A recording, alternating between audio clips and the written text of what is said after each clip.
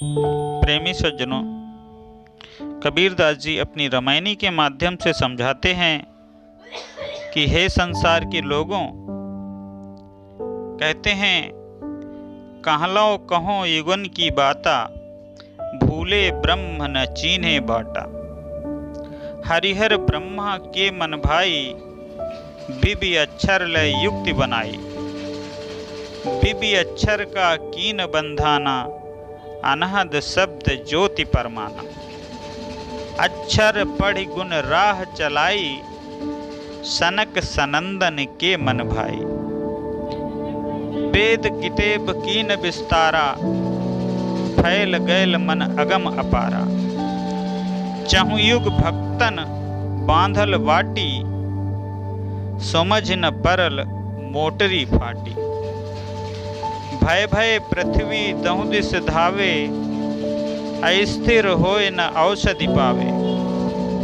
होय बिहस्त जो चित न डोलावे, खसमहि छाड़ी दो जख को धावे।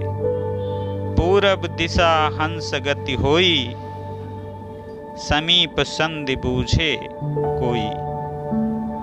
भक्ता भक्तिक कीन सिंगारा, बूढ़ी गैल सब माझल धारा। साहब कहते हैं कि युगों युगों से चल रही पुरानी बातों का विवरण कहाँ तक किया जाए। संसार के सभी लोग केवल ब्रह्मा ब्रह्मा का नाम रटते रहते हैं, किंतु संसार के सृजनकर्ता कौन है, ये बात उन्हें स्वयं ही स्मरण नहीं रहती है। वे तो ये भी नहीं पहचान पाते कि किन बातों में उनका कल्याण छिपा है और कौन सी बातें उनके लिए अकल्याणकारी। प्रेमी सज्जनों, विष्णु ब्रह्मा एवं शिव जी के मन को यही श्रेयकर लगा कि ओम सोहम इन दो अक्षरों को मोक्ष प्राप्त करने का साधन बना दिया जाए।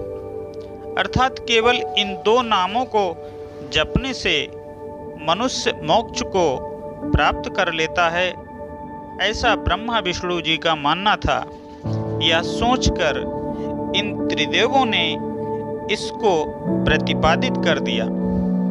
तत्पश्चात इन दोनों अक्षरों ओहम सोहम से जाप आदि करने का संकेत दिया, जप का विधान प्रस्तुत किया और उसी को परम ब्रह्म मानकर सिद्ध कर दिया गया।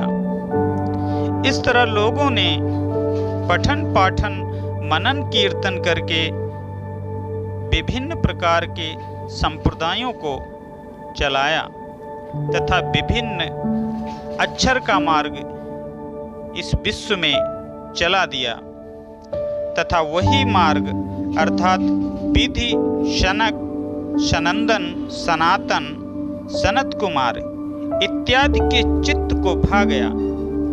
किसी ने कुछ आत्मचिंतन अथवा शोधन नहीं किया और बस एक दूसरे के बनाए मार्ग पर आगे बढ़ते चले गए। वेद पुस्तकों व शास्त्रों को काफी दूर तक विस्तारित किया गया और वाणी रूपी जाल इतना दूर तक विस्तृत हो गया कि मानव इसी में उलझ गया। अन्य शब्दों में कहा जाए तो वेद, पुराण और कुरान वालों ने भी अपने अपने धर्म का प्रचार प्रसार बहुत जमकर किया। यह सब अगम अपार वाणियों में विस्तरित होकर खूब प्रचलित हो गया। चारों युगों में भक्त गणों ने अपने अपने धर्म की जो मर्यादाएं हैं उन्हें बांध कर रखा, किंतु भक्ति के नाम पर चले आ रहे अंधविश्वासों में चारों ओर से जकड़ते चले गए। किंतु वास्तविकता क्या है या किसी की भी समझ में नहीं आया, क्योंकि भ्रम रूपी मोटरी अर्थात गठरी फटी हुई थी। उन्हें इतना कम लगने लगा कि वे धरती की 10 दिशाओं में भागने लगे। अपने कल्याण के लिए कभी तीर्थ यात्रा करते तो कभी व्रत उपासना करते रहते, किंतु किसी भी तरह उनका मन स्थिर नहीं हो पाया और ना ही कोई ऐसी औषधि मिल पाई जिससे उनके मन को शांति मिल पाए। कहने का अर्थ यह है कि मनुष्य को आत्मज्ञान, सत्संग का ज्ञान नहीं हुआ, जिससे उसे घोर विनाश का डर सताने लगा और वह इससे अपने रक्षार्थ हेतु तीर्थों एवं शास्त्रों आदि के चक्कर में पड़ता गया, किंतु कहीं पर भी उसे संतोष नामक औषधि न मिल पाई। यदि मनुष्य अपने मन को, साहब बताते हैं कि यदि मनुष्य अपने मन को चैतन्य में स्थित करे, पूरे सत्संग का सार इन 4 अक्षरों में है, जिसे आप सभी प्रेमी सज्जन अच्छे से समझ लें। साहब कहते हैं यदि मनुष्य अपने मन को चैतन्य में स्थित करे तो उसे अच्छी गति निश्चित रूप से प्राप्त होगी, नहीं तो अधोगति कर्तव्य से अच्छी गति प्राप्त होना संभव नहीं है और इससे उन्हें नरक में जाना पड़ सकता है। कहने का अर्थ यह है कि यदि मनुष्य अपने चित्त को इन बाहरी विषय वस्तुओं अथवा परोक्ष कल्पनाओं में भ्रमित न करके अपने आप को पहचान ले। अर्थात कबीर साहब जी कहते हैं कि ये जो बाहर की दुनिया है, जो काल्पनिक देवी देवता हैं, ब्रह्मा विष्णु महेश या मंदिर में जितने भी देवी देवता हैं, जितने वेद शास्त्र का ज्ञान जो बताते हैं, ये सब काल्पनिक हैं।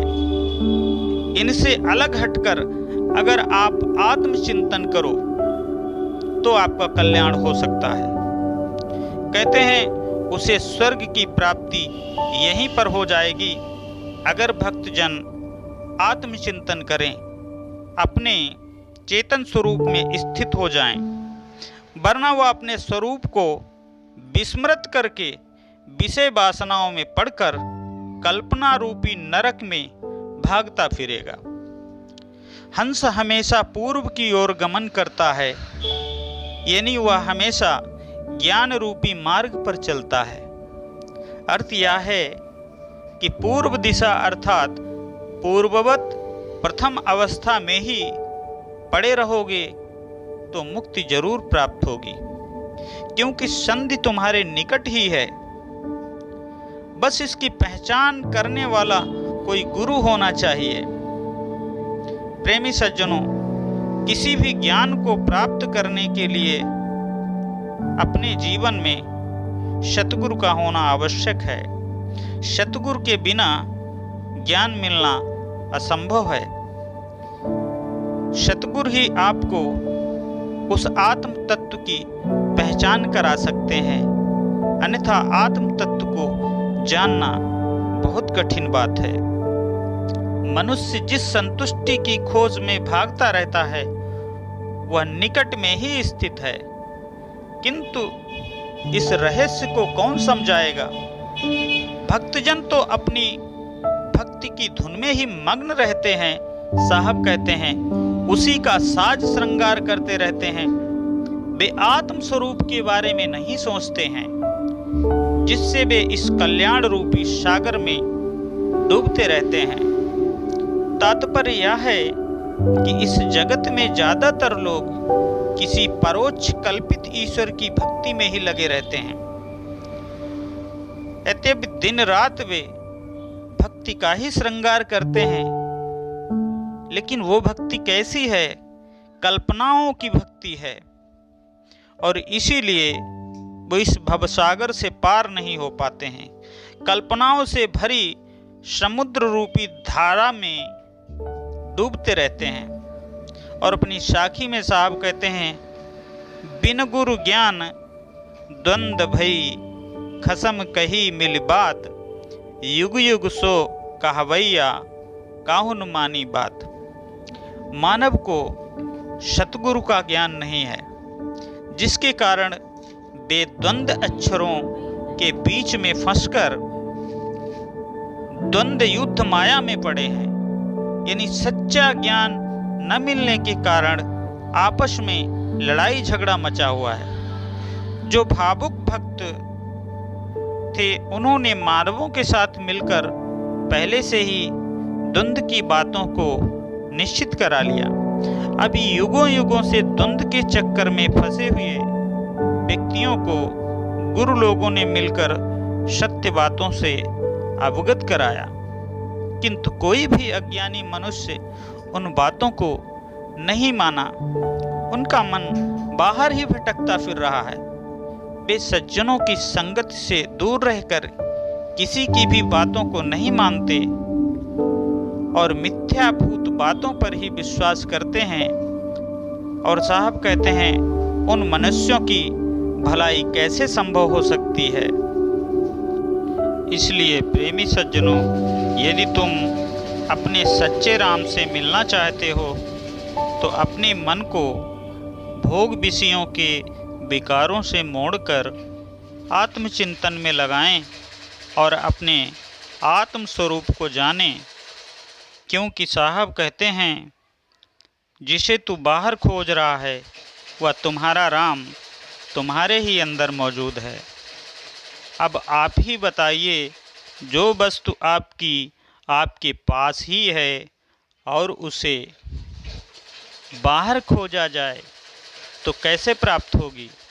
साहब कहते हैं, जो वस्तु पाना इतना सरल था, वेद शास्त्रों ने उसे बहुत दूर ठहरा दिया। जो राम आपके घट में ही मौजूद है उसे बाहर बता दिया और सभी संसार के लोग भ्रमित हो गए हैं। प्रेमी सज्जनों, यदि आप वाकई में अपने राम का दर्शन करना चाहते हैं, मोक्ष को प्राप्त करना चाहते हैं, तो वह राम आपके अंदर ही मौजूद है।